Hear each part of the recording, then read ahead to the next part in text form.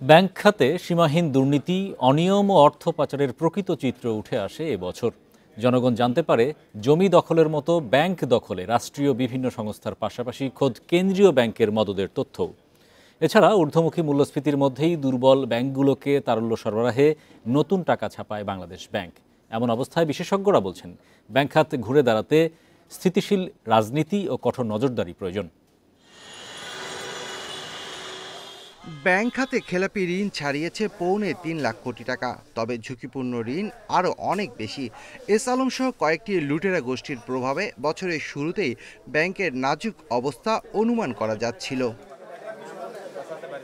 ৫ আগস্টের পর এসব গ্রুপকে অনিয়মের সুযোগ দেওয়ার প্রতিবাদে বাংলাদেশ ব্যাংকের অসাধু কর্মকর্তাদের পদত্যাগের দাবি ওঠে।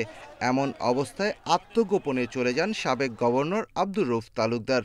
একটা রাজনৈতিক পরিবর্তনের সাথে সাথে গভর্নর সাহেব স্টেপ ডাউন করতে পারেন, ফিজিক্যাল থাকবেন স্টেপ ডাউন করলে, সেটা না করে উনি নাই। এটা ডেফিনেটলি বাইরের বিশ্বে বিশেষ করে একটা বিরাট প্রশ্নের সামনে হয় এবং আমরা as a nation, as a industry আমরা মানুষের কাছে লজ্জায় পড়ি।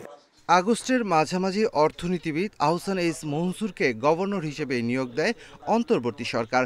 ধ্বংসস্তূপে পরিণত হওয়া ব্যাংক খাত দখলমুক্ত করার উদ্যোগ নেন তিনি। ১১টি বেসরকারি ব্যাংকের বোর্ড ভেঙে নতুন পরিচালনা পর্ষদ গঠন করা হয়। এমডি অপসারণ সহ নতুন পর্ষদ গঠিত হয় ৬ রাষ্ট্রীয় ব্যাংকেও। নতুন গভর্নর জানান ১৫ বছরে দুর্নীতি, অনিয়ম, লুটপাট ও অর্থ পাচারে দুর্বল হয়েছে ডজন খানেক ব্যাংক।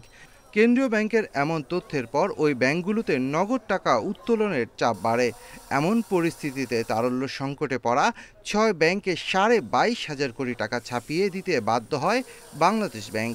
একটা তো ভালো দিক যে টাকা দিয়ে আপাতত ব্যাংকরাপ্টসি থেকে ব্যাংকগুলোকে রক্ষা করলো, কারণ ব্যাংকগুলো যদি একটার পর একটা ব্যাংকরাপ্ট হয়ে যেত তাহলে একটা ডমিনো এফেক্ট হতো এবং পুরো কনফিডেন্স ব্যাংকিং সেক্টরে শ্যাকলড হয়ে যেত, তখন আরও ভয়ঙ্কর বিপদ নেমে আসতো। বছরের শেষ দিকে ডলারের বাজার আবারও অস্থির হয়ে ওঠে।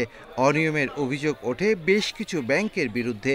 এদিকে ব্যাংক খাত সংস্কার ও পাচারের অর্থ ফিরিয়ে আনতে টাস্কফোর্স গঠন করা হলেও ধীরগতিতে সংস্কার হচ্ছে বলে মনে করেন বিশ্লেষকরা। Shafil Alam Sujan, Independent News, Dhaka.